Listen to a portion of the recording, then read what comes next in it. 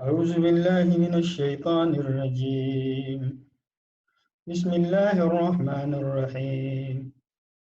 السارق والسارقة فاقطعوا أيديهما جزاء بما كسبا نكالا من الله، والله عزيز حكيم. أعوذ بالله من الشيطان الرجيم. بسم الله الرحمن الرحيم. الحمد لله رب العالمين الرحمن الرحيم مالك يوم الدين، إياك نعبد وإياك نستعين، اهدنا الصراط المستقيم صراط الذين أنعمت عليهم غير المغضوب عليهم ولا الضالين آمين. اللهم صل على سيدنا محمد الفاتح لما أغلق الخاتم لما سبق ناصر الحق بالحق الهادي إلى صراطك المستقيم وعلى آله حق قدره ومقداره العظيم. سبحان ربك رب العزة عما يصفون وسلام على المرسلين والحمد لله رب العالمين. My brothers and sisters in Islam, Assalamu alaikum wa rahmatullahi wa barakatuh. In a continuation with our Quranic studies, yesterday we are still in Surah Al-Mai'da,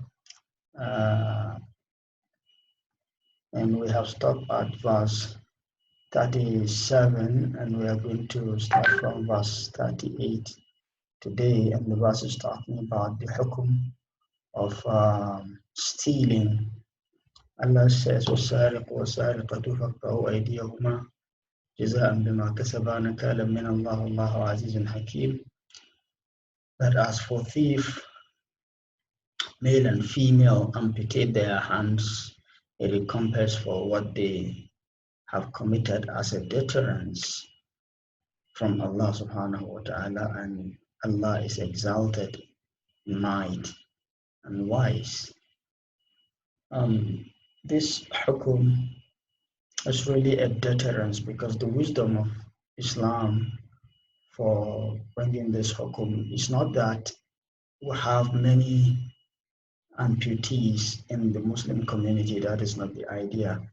The idea is that people get scared and don't even go near stealing. And even when it happened, there is idra'ul hudud bi shubuhat, which is a hadith from Prophet Muhammad sallallahu alaihi wasallam. Try as much as you can to avoid putting this kind of punishment, as long as there is any shubha, as long as there is anything that would give an impression that probably there's problem in the establishment of the offense, right? And many things can be used to avoid doing the hukum, because the spirit of the Islamic hudud, Islamic punishments, is not actually to put the punishment, but to deter people from committing the offenses. Like, for example, we would hear anytime a hukum like this, Allah would tell us that ذَلِكَ أَدْنَىٰ أَنْ لَا يَعُودُ, something like that, so that they would not repeat something like that. That should not happen. That is the whole idea, right? So when someone steals something from the wealth in which he is a partner, for example, they have partnership and he has stolen from there, his hand would not be amputated. When a son steals from his father, his hand would not be amputated. When a father steals from his son, his hand would not be amputated. And when, for example, something is entrusted in the hand of someone and he has stolen from it, like, for example, he is a storekeeper, he has the key, and he steals from there, his hand is not going to be amputated. That is a different hukum altogether there, right? But if a person steals and there's no any shubha there, and what he has stolen is up to what is known as nisab, then his hand will be amputated. And that is bima kasaba, as a result of what they have committed, nakalam min Allah. That is a deterrent punishment from Allah subhanahu wa ta'ala. Allahu azizun. Allah is exalted, Hakim, and full of wisdom. He knows the reason why he has given down this kind of hukum. And so that we would understand that this hukum is actually there for deterrence, we hear the Prophet Muhammad sallallahu alaihi wasallam saying, for example, والله لو أن فاطمة بنت محمد سرقت لقطعت يدها. I swear to God, if Fatima, the daughter of Prophet Muhammad sallallahu alaihi wasallam, would have stolen, I would have amputated her hand. And hashaha wa iyazan billah, she would never do that. She is Sayyidatun Nisa'il Alameen. She is one of the greatest women in the paradise. I mean, never would such kind of thing happen to somebody like her. But still, so that we would know how um, deterrent the verse is, the hukum is, and try to avoid falling into that trap. ألم تعلم أن الله له ملك السماوات والأرض يعذب من يشاء ويغفر لمن يشاء والله على كل شيء قدير.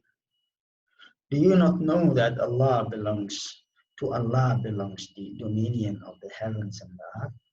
He punishes whom He wills and forgives whom He wills, and Allah is over all things competent, right? Everything, the heavens, the earth, and everything in between belongs to Him. He punishes whomever He wills, and He forgives whomever He wishes. لمن يشاء الله على كل شيء قدير. And Allah is over all things very competent. By just looking at this verse, one might think that Allah's hukum is whimsical. Allah does things in a whimsical way, but that is not the case actually. It's not whimsical.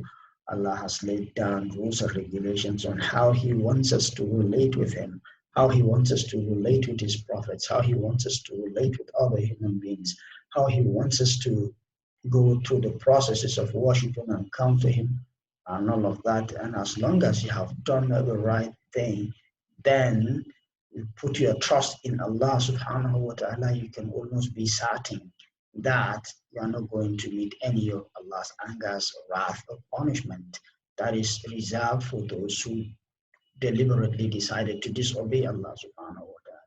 But just so you know, that the relationship between ibad with the servant of Allah and Allah subhanahu wa ta'ala is not a transaction based on the fact that we actually deserve His mercy because of what we have done, because we cannot do enough to deserve His mercy. It is only the mercy overwhelming us, and then we get the mercy because Allah loves us. That is the reason He is giving you this analogy.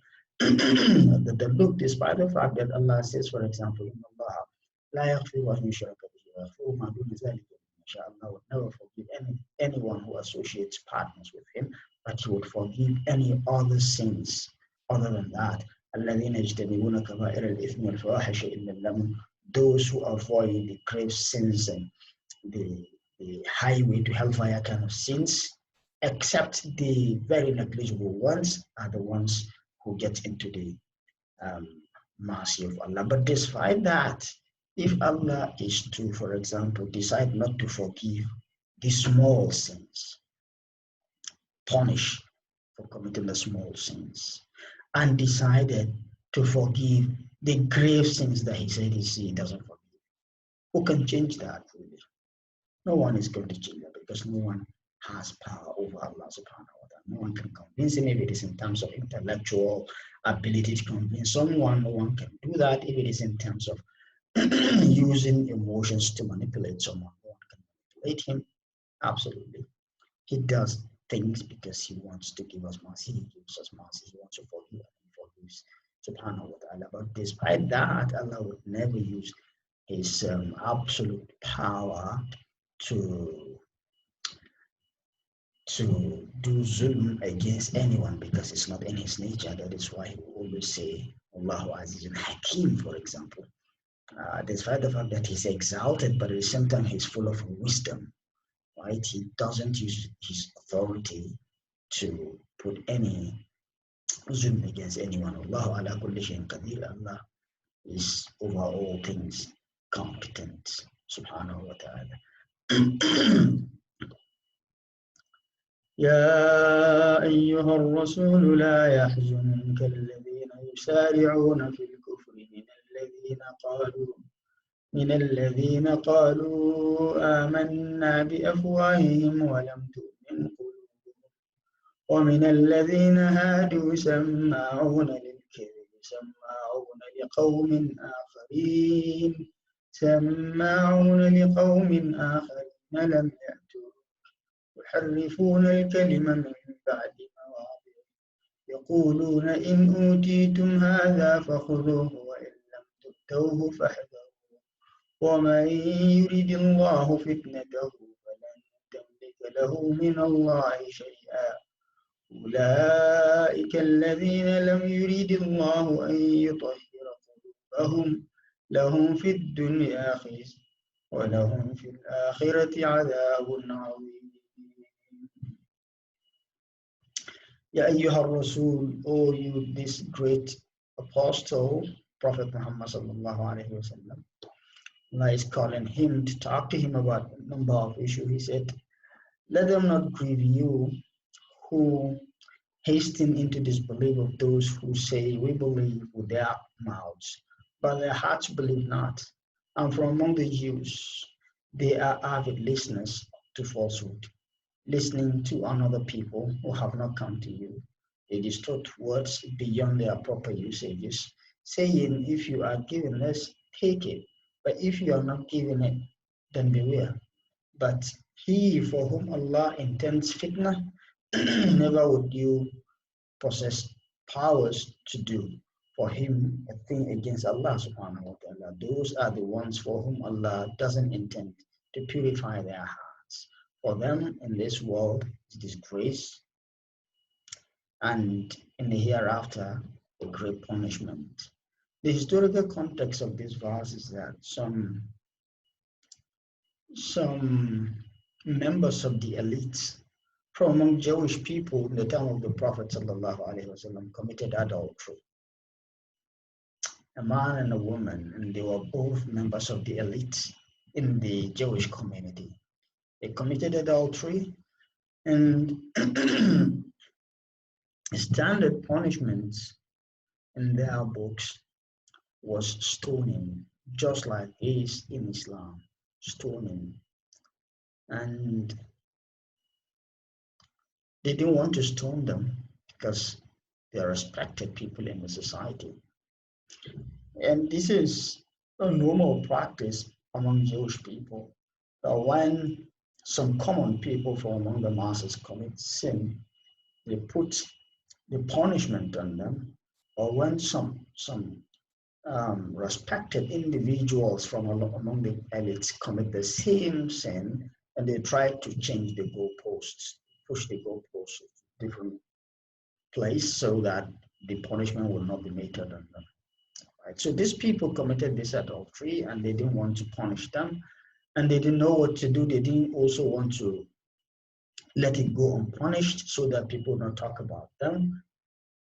So along the line of their conversation, some of them remember, okay, there's this man in Medina, referring to Prophet Muhammad sallallahu alaihi wasallam. We heard him talking about the punishment of committing zina, but we didn't hear him talk about stoning. Why don't we go to him?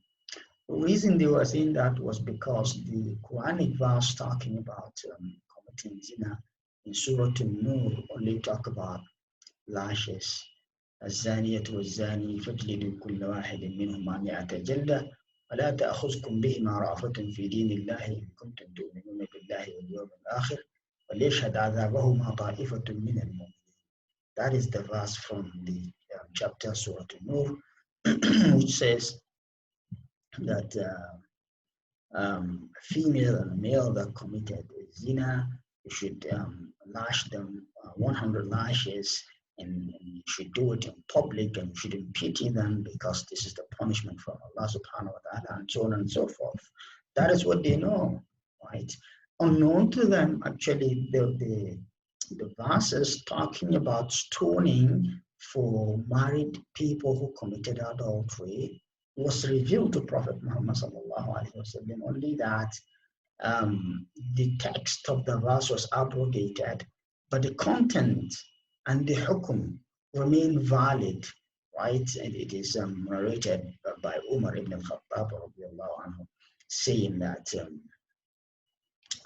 let me tell you this so that in the future someone will not come and say, we don't know this in the book of Allah.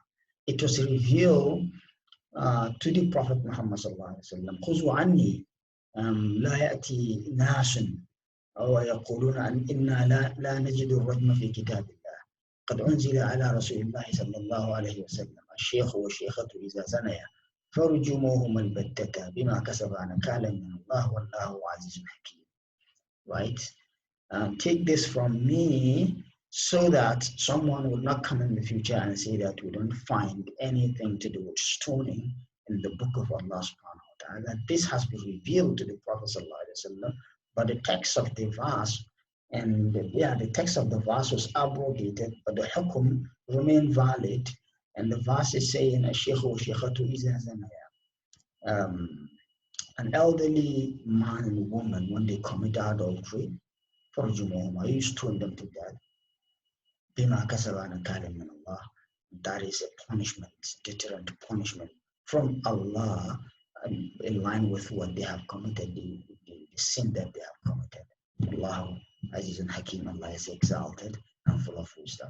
That is the verse. So unknown to these Jewish people, this verse was there, right? So they said, let's go to him. And if we go to him and we tell him this is the issue, and we listen to him, whatever hukum he has given us, if we like it, we let him execute it. That is, in utitum haza fakhuzuhu. If he has given us what we like, what we are comfortable with, we take it from him. But if we are not giving what we want, if we are not giving what we are comfortable with, we'll just let him be and come back, and we'll just leave him alone, right? So that is what happened actually. And when they came, and what has happened between them and the Prophet. The Prophet was really surprised. These people came as if they were serious, and now they are even trying to run away from the truth, even though the truth is open to them, and now they are trying to run away from it. They prefer to disbelieve Allah's hukum than accept it. And the Prophet ﷺ was like, what's going on? He was flabbergasted. That is when Allah was revealed this, telling him, Ya ayyuha Rasul, la yahzunka alladhina yusari'una fil kufr.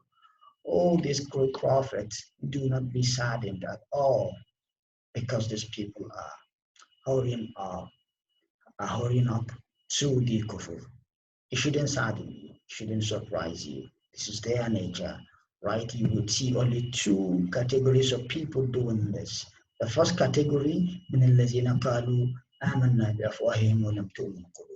first category are those who believed with their mouth, their tongue, but their hearts are absolutely non-believing hearts. They are empty in their hearts, but with their mouth, believe.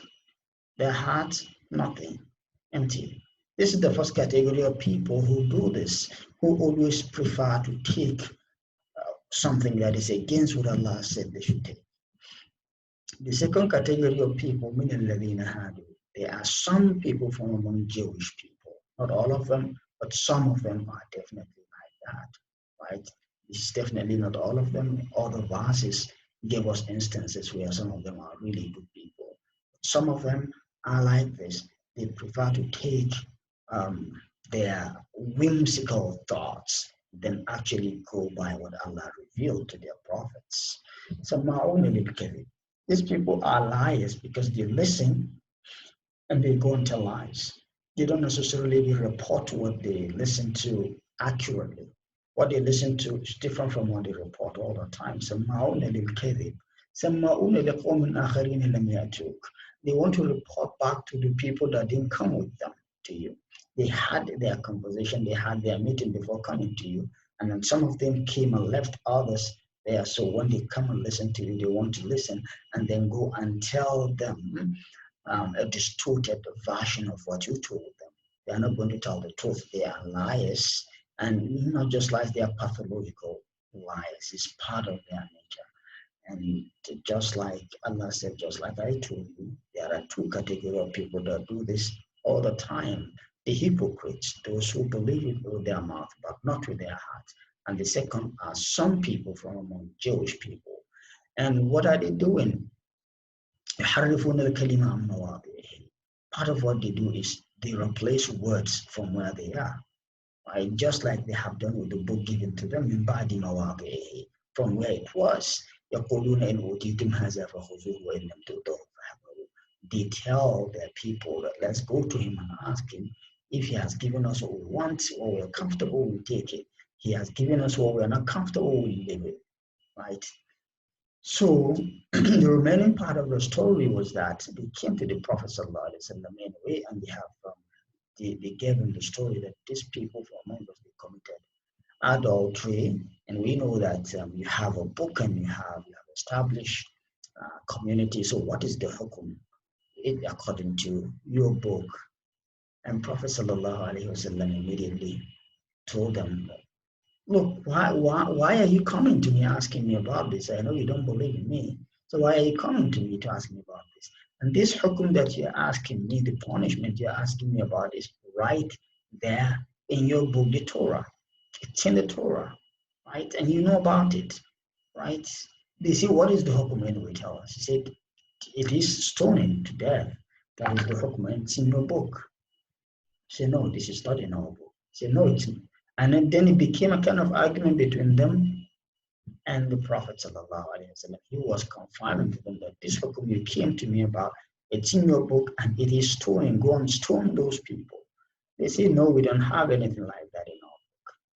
Then Allah subhanahu wa ta'ala sent Angel Gabriel to Prophet Muhammad ﷺ and told him that, tell them, since it became an argument between you, let Ibn Surya come and judge between you and them. And Ibn Surya is one of greatest Torah scholars at the time. So Prophet ﷺ asked them, do you have someone by name Ibn Surya? Do you know someone by name Ibn Surya? They say, oh yes, we know him. They confirmed. Who is he? They said he's a very good man, very knowledgeable about our book. He knows our book inside out. And he's a very good man. Are you sure he's a good man? They say, yes. And the Prophet ﷺ said, okay, let Ibn Surya be the judge between us. Go and come with him. So they went, came back with Ibn Surya. Prophet Muhammad ﷺ asked him. He said, I beg you in the name of your Lord, the one who sent Moses.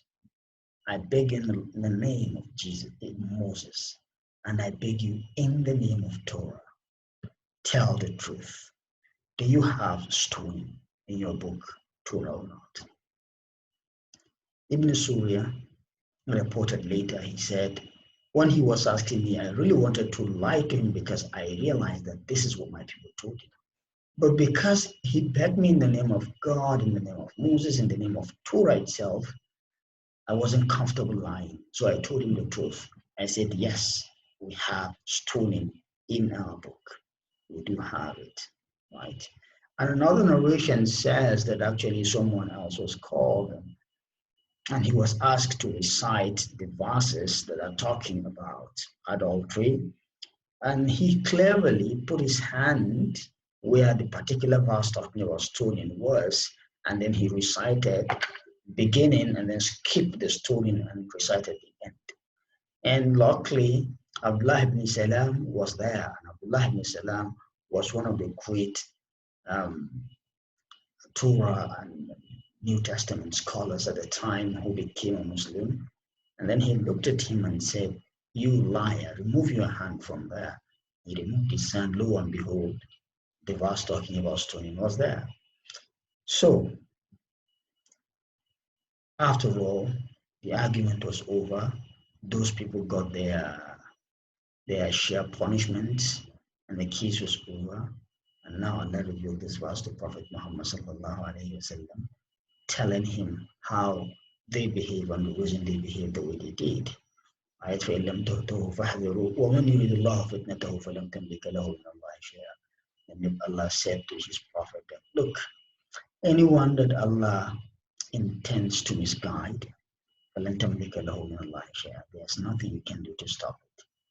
That person will be misguided, regardless of the effort you want to put in there, regardless of the fact that you're saddened for him not to be misguided. He would be. But Allah doesn't just intend to misguide people and misguide them, right? It is their work. When people istahabbul kufra al iman, in their heart, they love disbelieving or believing in Allah. And Allah push them into that. Isn't that what you want? Then Allah will push them. He will harden their hearts so that they will not see the truth. If they see it, they will not recognize it. If they recognize it, they won't feel comfortable following it. So they will follow their whimsical thoughts and leave the truth. وَمَنْ يُرِدِ اللَّهُ فِتْنَتَهُ فَلَنْ تَمْلِكَ لَهُ مِنَ اللَّهِ شَيْئًا. There's nothing you can do to stop it. أُولَٰئِكَ الَّذِينَ لَمْ يُرِدِ اللَّهُ أَنْ يُطَهِّرَ قُلُوبَهُم. Those were the people who Allah didn't intend to purify their hearts. لَهُمْ فِي الدُّنْيَا خِزْيٌ. They will be humiliated in this life. وَلَهُمْ فِي الْآخِرَةِ عَذَابٌ عَظِيمٌ. And hereafter there will be great punishment for those people.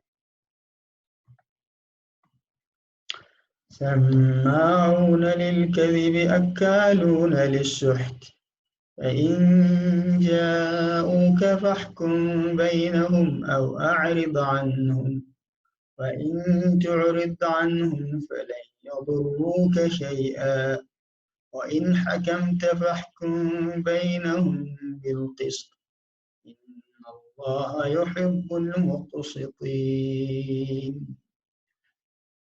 سماعون للكذب أكالون للسحت. They are pathological liars and they are eaters of non-lawful money. Suhut al-haram. All the time they eat non-lawful money, right? And they are pathological liars. They listen to what someone says and they change it, thinking that they can be able to manipulate the person that said it and the people that they are reporting to. They become pathological. They can't stop it anymore. It became part of them. It became part of their attitude. Even if they try to stop it, it's not going to stop. Anytime they come to you with whatever issue that is happening between them, judge between them if you so wish. And you can reject them. You can tell them, go away, I'm not going to be your judge. Because you have this thing you are asking me about in your books. Why come to me? Right?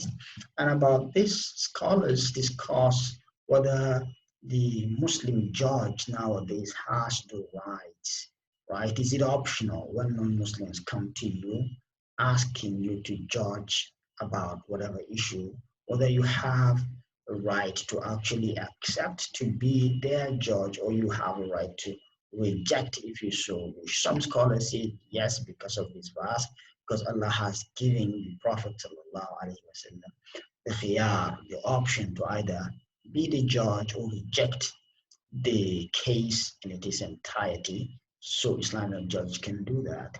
But actually the most popular opinion from among scholars is that Islamic judge doesn't have that option. As long as people come to you, regardless of whether they are Muslims or not Muslims, and you are sitting in Islamic courts with an Islamic jurisdiction, and they come and reported a case to you, you have to judge among them, and you have to judge in accordance with the Islamic provisions of the Islamic Sharia, because you are an Islamic judge. You don't have that option, right? Except if they themselves are the ones who said, okay, we are no longer interested. Then at that point, you can just tell them, okay, you are not interested. Goodbye, you can go. أعرض عنهم. وإن تعرض عنهم فلن يضروك شيئا. Allah is telling the Prophet that, look, if you reject to be their judge, there's nothing they can do about it. They can't harm you in any way. They can't harm you in any way. So you can reject it if you want. فلن يضروك شيئا. وإن حكمت فاحكم بينهم بالقسط. But in case you agree to judge between them, be just in the way you judge. This actually is, even though the address is directed to Prophet Muhammad sallallahu alaihi wasallam, but the hukum is to us. Allah is just addressing us through him because Prophet Muhammad is the highest epitome of justice, highest ever, right? Someone one day was addressing him as هذه القسمة ما أريد بها وجه الله اعدل يا محمد, right? And someone by name Zulkhuwaisar or Zulkhuwaisir, that person that whose progeny became the Khawarij, right? The some wealth from some battles were being distributed, and he felt like he got a share less than what he deserved. So, and not knowing that actually that was his own perspective, and his perspective was wrong, absolutely wrong, right? The fact that you think something is correct doesn't necessarily mean that it has to be correct, right? You might have a distorted perception in which your thinking may be a little bit deviant from reality, and that was what happened to him because his heart was not purified, his heart was not clean. So he looked at the Prophet sallallahu alaihi wasallam and said, "اعدل يا محمد هذه القسمة ما أريد بها وجه الله." O Muhammad, be just in your distribution. This distribution doesn't. Uh, this distribution is not meant to please God. And then Prophet Muhammad sallallahu alaihi wasallam looked at him and said, إِلَّا مَا عَدِلْ فَمَنْ يَعْدِلْ. If I'm not just, who do you think on the surface of earth will be just? Me? La hawla wa la quwwata illa billah. One of the Sahaba there, I think was Umar ibn Khattab, said, O Prophet, permit me to just cut off his head. Prophet said, no, سيخرج من ضئضئ هذا أناس تحقرون صلاتكم عند صلاتهم وصيامكم عند صيامهم أو كما قال. Long hadith, and the Prophet ﷺ gave said, no, don't kill him. He is going to have some progeny, and if you see them praying, you will look down upon your prayers. You see them fasting and reciting Quran, you would look down upon your recitation and all of that. But يمرق أحدهم من الإسلام كما يمرق السهم من الرمية. But they will be getting out of Islam as if you are what's the name of this thing? An arrow, right? As the way an arrow gets out of a bow, right? That's the way they will be getting out of Islam, right? Without even them realizing. So yeah, the Prophet ﷺ is an epitome of justice. So Allah is addressing us through him that if you find yourself to be a judge, right, you have to be just.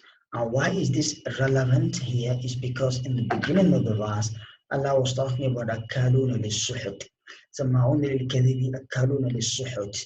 They talk lie because they are pathological liars and they eat haram all the time. And the interpretation of scholars here, scholars of Quran, here is that أَكَّالُونَ لِلسُّحُتِ is talking about al-rashwa, is talking about bribery among them, most especially between people coming to court and the judges. Someone will come to court with his pocket full of money, and immediately he enters the courtroom, he will open his pocket in a way that the judge will see the money, and then he present his case.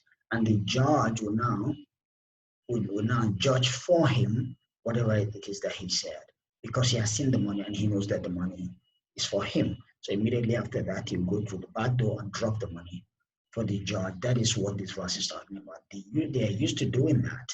The Prophet sallallahu alaihi wasallam said, "La'ana Allahu rashi wal murtashi."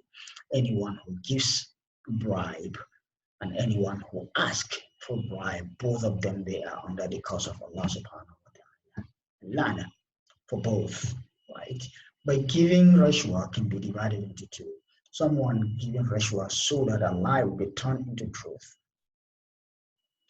so that someone's right will be given to him, so that someone's right will be covered. That is the first category, and this is the one that is definitely within Allah's curse. He's under Allah's curse. And the second one is in the situation whereby the judge is an evil person, known to people that this is an evil person. And you are afraid that probably your right is going to be taken away from you, right? In a situation like that, you give the rishwa because you are forced to so that you will retain your right. In a situation like this, it's darura, and there's no problem, you can do that. But you don't overdo it to the extent that even when the probability of your right being denied is very slim, but because you're so used to giving rashwa, you give the rashwa, right? That will be a problem.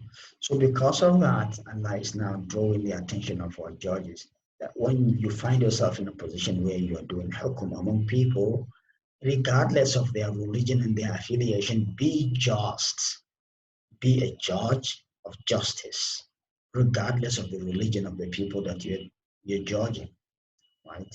Inna Allah yuhibbul muqsitin. Allah loves those people who are just. وكيف يحكمونك وعندهم التوراة فيها حكم الله ثم يتولون من بعد ذلك وما أولئك بالمؤمنين. وكيف يحكمونك? How would these people even want you to be their judge in the first place? وعندهم التوراة, when actually they have the book of Torah, and in that book فيها حكم الله, فيها حكم الله, the judgment of Allah is in that book. ثم يتولون من بعد ذلك, and even when you judge among them, they are going to turn away from it. They are not going to accept it. من بعد ذلك وما أولئك بالمؤمنين. These people are not true believers. So why would you even bother yourself? Don't bother yourself, because them coming to you in the first place is questionable, right? And the fact that they came to you with the intention of running away from Torah is in itself an evil action. So when they come to you and you give the hukum and then they turn away from the hukum that you've given them, is another evil action. These people are not believers. They might be pretending to be believers, but they are not. Right? So there's no point even wasting your time with them if you don't really want to engage with them. إنا أنزلنا التوراة فيها هدى ونور يحكم بها النبيون الذين أسلموا للذين هادوا والربانيون والأحبار بما استحفظوا من كتاب الله وكانوا عليه شهداء فلا تخشوا الناس واخشون ولا تشتروا بآياتي ثمنا قليلا ومن لم يحكم بما أنزل الله فأولئك هم الكافرون. إن أنزلنا التوراة فيها هدى ونور. Allah said, we are the ones that revealed the book of Torah. And in that book, there was guidance and there was light to illuminate the way. يحكم بها النبيون الذين أسلموا. All the prophets that submitted completely to Allah subhanahu wa ta'ala, they were using Torah to pass all the judgments. And they are passing that judgment to who? لِلَّذِينَ هَادُوا. For the Jewish people, the same Jewish people, right? The thing is that Allah sent thousands of prophets and apostles, right? Thousands of them between Musa alayhi salam and Isa alayhi salam. Allah sent thousands of prophets. And all those prophets sent by Allah, they were not given books. They were using the same Torah. And that Torah was enough for them, because in that Torah there was guidance and light, and there were many ahkam, many judgments in there which put together was what formed the Sharia of Bani Israel, right? And therefore, all those prophets were using the Torah to do hukum for the same Jewish people. So why would these people now come to you when they have that guidance that thousands of prophets used before you? Why would they come to you? There's no point. The only point is just for them to come and accept your religion and come and accept the fact that you are sent by the same God who sent Moses and all the prophets in between Moses and Jesus. That's the only reasonable thing to do. But if not, then there's no point them coming to you for judgment, right? And not just the prophets, even وَالرَّبَّانِيُّونَ وَالْأَحْبَارِ, the two categories of ulamas, of scholars, also use Tawrat for hukum. Al-Rabbaniyun, they are the people of God, people that are called people of God, right? They are these people who are deeply, deeply spiritual. You go to them, you get spiritual empowerment. You feel spiritually empowered. You feel your belief, your iman is becoming deeper and deeper because you go to them. And ahbar, the word ahbar is a plural of Hebrew, which comes from the word that means the ink that they use to write. They are also religious scholars, but they are more of intellectual religious scholars.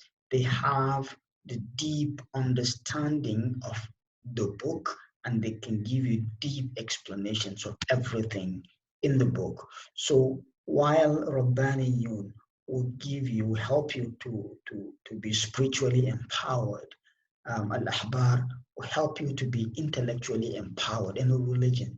These are the two categories of the scholars of religion. بِمَا اسْتُحْفِظُوا مِنْ كِتَابِ اللَّهِ. And these two categories of the people, they are the people whom the religion or whom the book is entrusted to. The book, each and every book that Allah revealed to whichever prophet, after the prophet is gone, these two categories of people are entrusted with the book. They are the ones to take care of that book, to make sure that that book survives in the way it is supposed to. First of all, the Rabbaniyun would leave the book and people would see them and see a walking theology.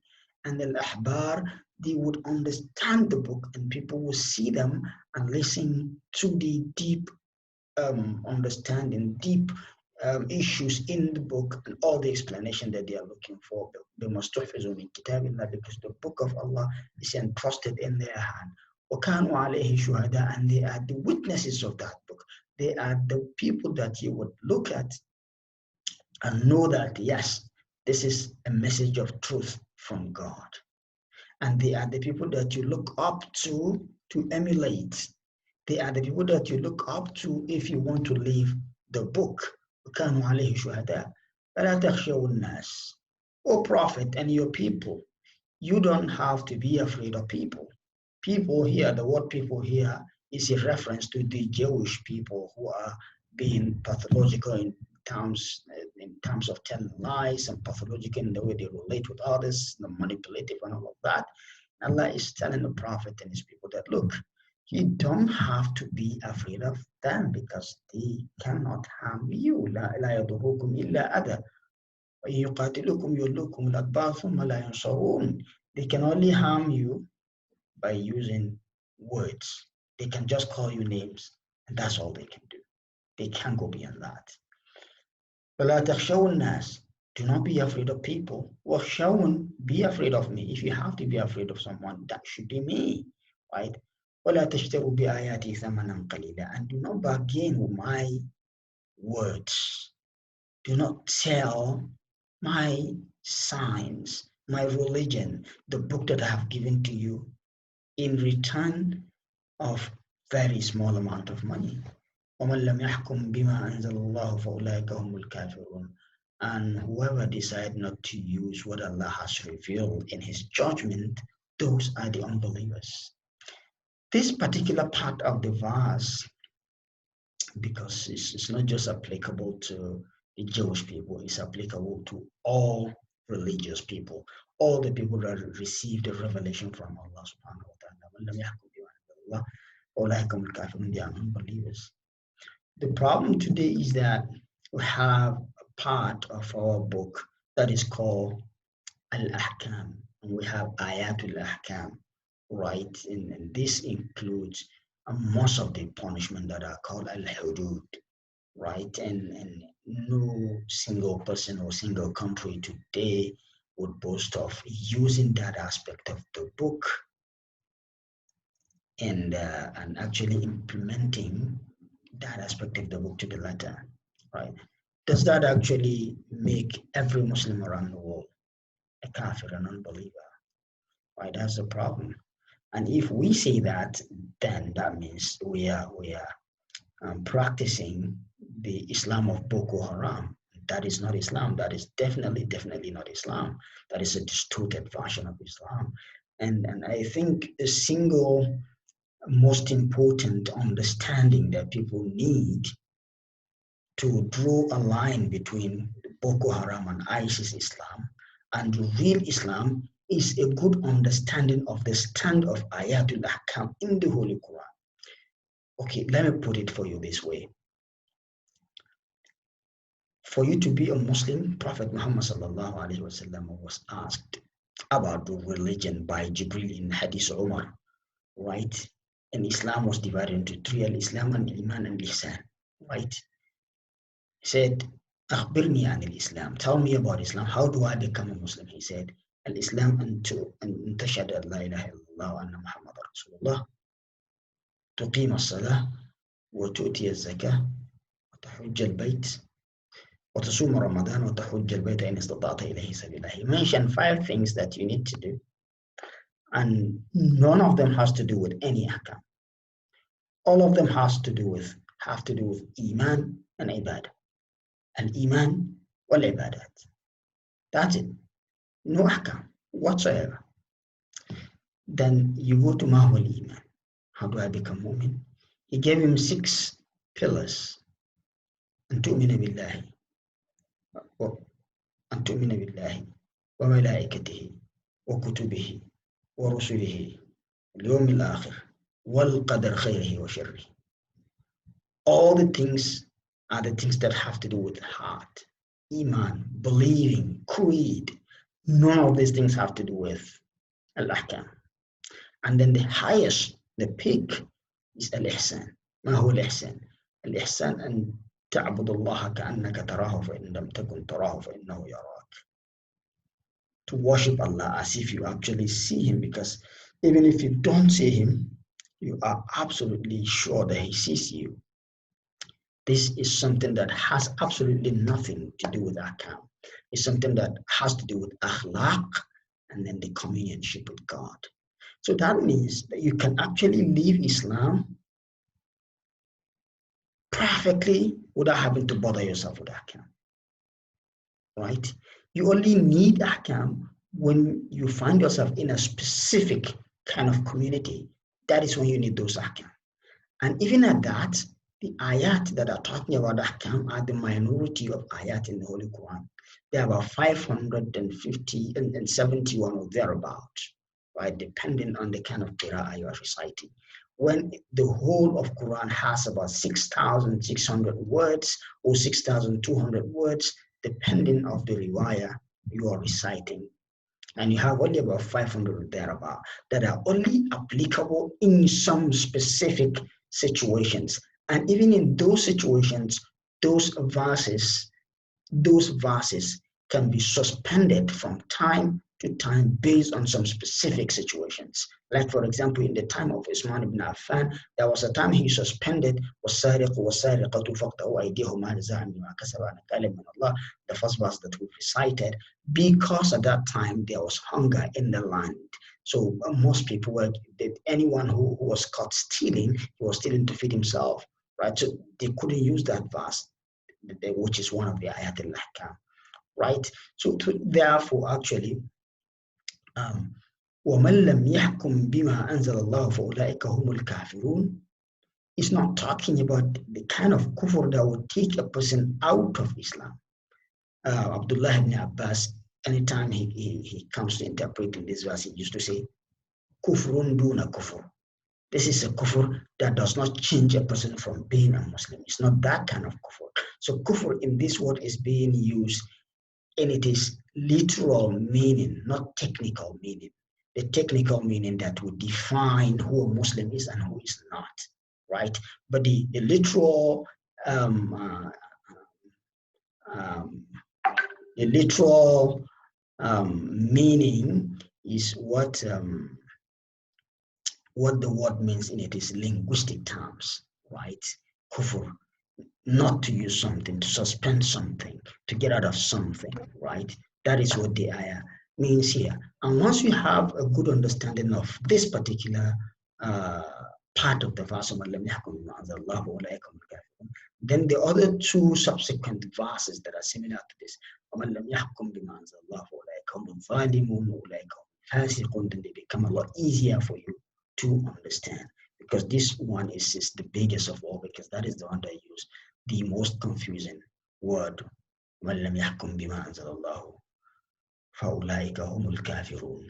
Mujahid, one of the disciples of Abdullah ibn Abbas, used to categorize it into two. He said, if a person does not apply the ahkam of Allah subhanahu wa ta'ala, denying the fact that these are the most appropriate, or denying the fact that they were revealed by Allah, that is what is called al-juhud, right? He is denying those. Then he can become a real kafir, not by not applying the verses, but by denying the fact that they are from Allah subhanahu wa ta'ala, right? But that is different from if the person is not applying them because he has never find himself in a situation where there's need to apply them, or probably because of the kind of darura that we are in the world today, globalization, and finding ourselves in modern society that function in an entirely different way from the way human societies used to function in the past. كتبنا عليهم فيها أن النفس بالنفس والعين بالعين والأنف بالأنف والأذن بالأذن والسن بالسن والجروح قساس فمن تصدق به فهو كفارة له ومن لم يحكم بما أنزل الله فأولئك هم الظالمون.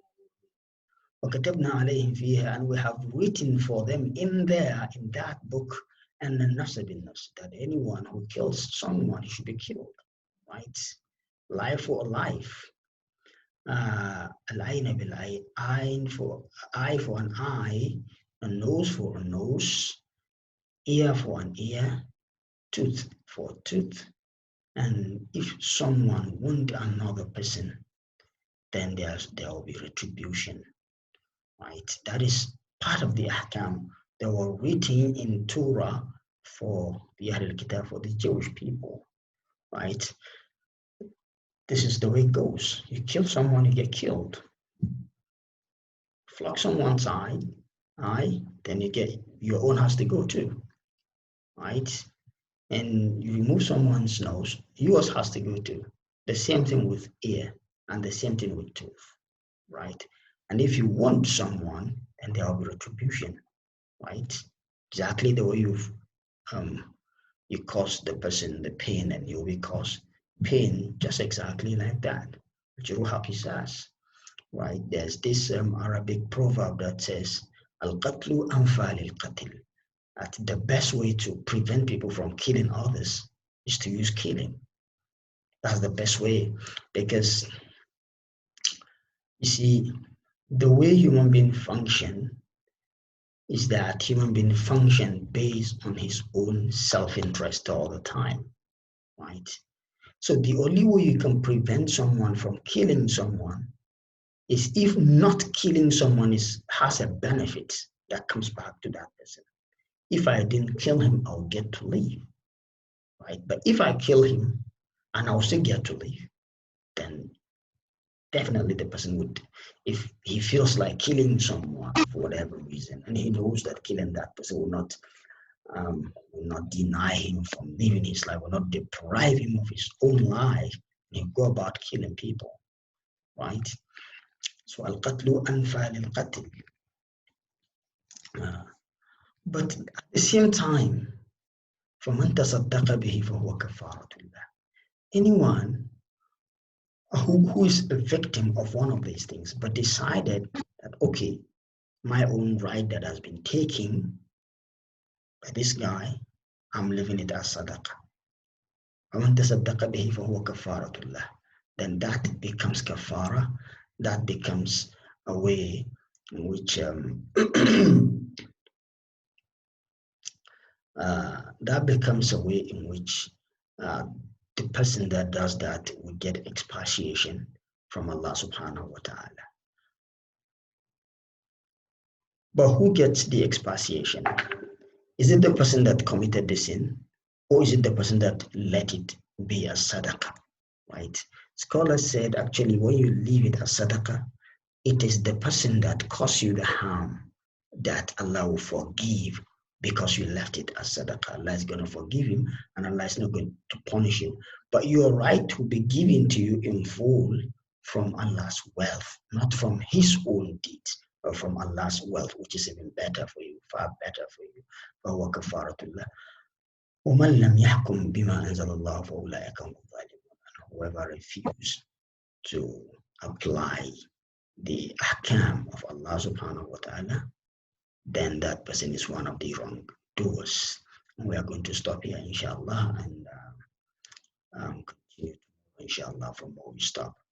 اللهم اهدنا فيمن هديت وتولنا فيمن توليت وبارك لنا فيما أعطيت وقنا فاصرف عنا برحمتك شر ما قضيت فإنك تقضي بالحق ولا يقضى عليك إنه لا يعز من عاديت ولا يذل من واليت تبارك ربنا وتعاليت. اللهم اقسم لنا من خشيتك ما تحول به بيننا وبين معاصيك ومن اليقين ما تهون به علينا مصائب الدنيا ومتئنا اللهم بأسمائنا وأبصارنا وقواتنا أبدا ما أحييتنا واجعله الوارث منا واجعل ثارنا على من ظلمنا وانصرنا على من عادانا ولا تجعل الدنيا أكبر همنا ولا مبلغ علمنا ولا إلى النار مصيرنا ولا تسلط علينا بذنوبنا من لا يخافك فينا ولا يرحمنا يا رب العالمين. اللهم ربنا زكي نفوسنا وآتها تقواها أنت خير من زكاها أنت وليها ومولاها. اللهم ربنا زكي نفوسنا وآتها تقواها أنت خير من زكاها أنت وليها ومولاها. اللهم ربنا زكي نفوسنا وآتها تقواها أنت خير من زكاها أنت وليها ومولاها. اللهم صل على سيدنا محمد النبي الأمي الذي يجدونه مكتوبا عندهم في التوراة والإنجيل يأمرهم بالمعروف وينهاهم عن المنكر ويحل لهم الطيبات ويحرم عليهم الخبائث ويضع عنهم إصرهم والأغلال التي كانت عليهم. اللهم صل على سيدنا محمد الفاتح لما أغلق والخاتم لما سبق ناصر الحق بالحق والهادي إلى صراطك المستقيم وعلى آله حق قدره ومقداره العظيم. سبحان ربك رب العزة عما يصفون وسلام على المرسلين والحمد لله رب العالمين. السلام عليكم ورحمة الله وبركاته.